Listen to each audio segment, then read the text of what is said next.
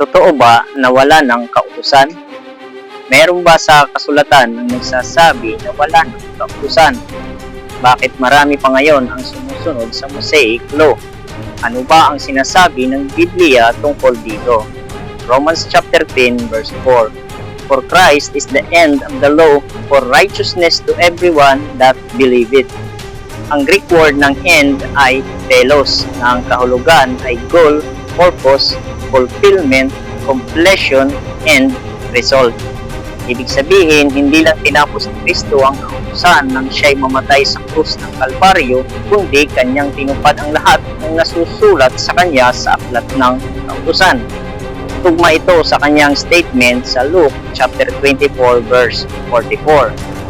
He said to them, "This is what I told you while I was still with you. Everything must be fulfilled that is written about me in the law of Moses, the prophets, and the Psalms." Ayon din sa Ephesians chapter 2 verse 15, having abolished in the flesh the enmity, even the law of commandments contained in ordinances. Ang Greek word ng abolished ay katergeio, meaning make ineffective, nullify, render inactive, or powerless. Bring it to the end. Kung abolished na ang law o fulfill na sa iba ay di pa tapos at sila ata ang magpupulfill.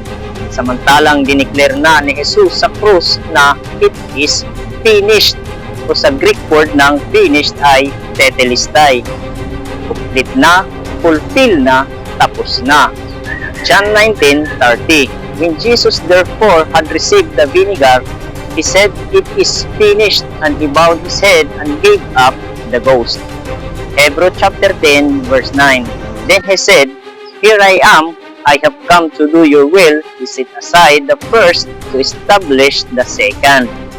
Ang sabi ni Apostol Pablo na inalis na ang una o ang Mosaic Law kasi dumating na ang pangalawa, ang pananampalataya kay Kristo.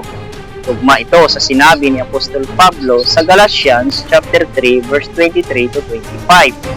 Before the coming of this faith, we were held in custody under the law, locked up until the faith that was come would be revealed. So the law was our guardian until Christ came that we might be justified by faith. Now that this faith has come, we are no longer under a guardian. Kaya nang dumating na ang pananampalataya ayon kay Pablo, wala na sila sa kautusan. Kaya't sa tanong na kung may kautusan pa ba, ang sagot ng Biblia ay wala na.